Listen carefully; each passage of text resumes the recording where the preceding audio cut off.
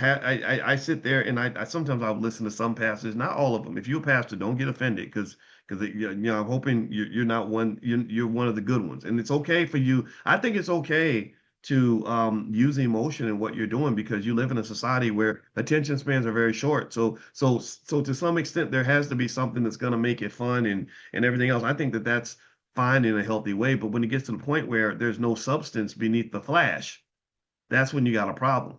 Because you got some Negroes out here that's all flash and no substance. If you're flash and substance, then I don't have a problem with that. Because if you're all substance and no flash, then no one's going to listen. Because you live in a society where people just their attention spans are not very long. So that's another thing. So a couple more things I want to mention. What is it? There's something called fear conditioning and loss aversion. Behavioral economics demonstrates that people are more motivated to avoid loss than to seek gain. So if you link obedience to or giving to protection, blessings, or salvation, like you're gonna go to hell if you don't do this, that implies loss, punishment, or spiritual danger for noncompliance, which is really powerful if you use fear rather than faith.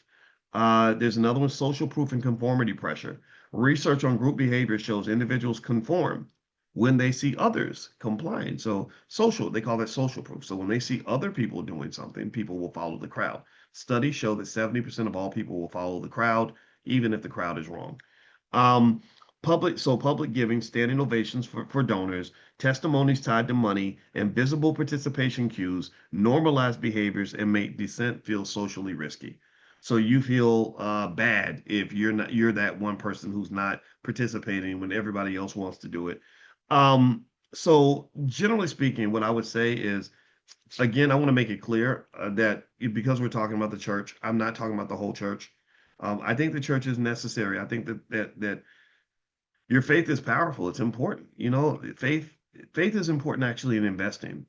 When you make an investment in a stock and you are watching that stock go down and you have a reason to own it and you want to hold on, it's faith that keeps you focused, right? When you start a business and you're going to start off and it's raggedy and you're not making money and bad things happen and you have setbacks, faith keeps you going.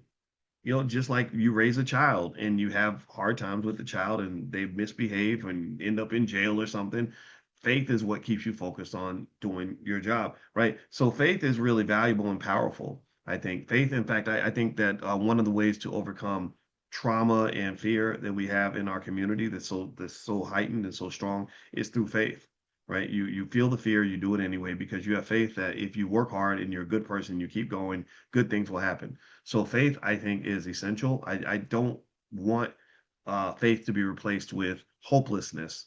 I think it's very hopeless to believe in nothing, right? Again, when you're agnostic, I understand that. Agnostic means I don't know what's going on. I don't know how I got here. I don't know if there's God or not. I have no idea. I'm trying to figure it out.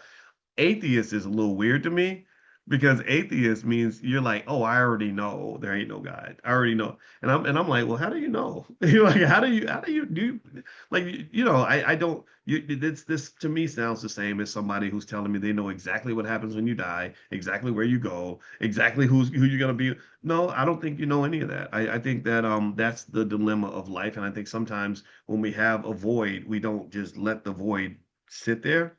We feel like we got to fill it up.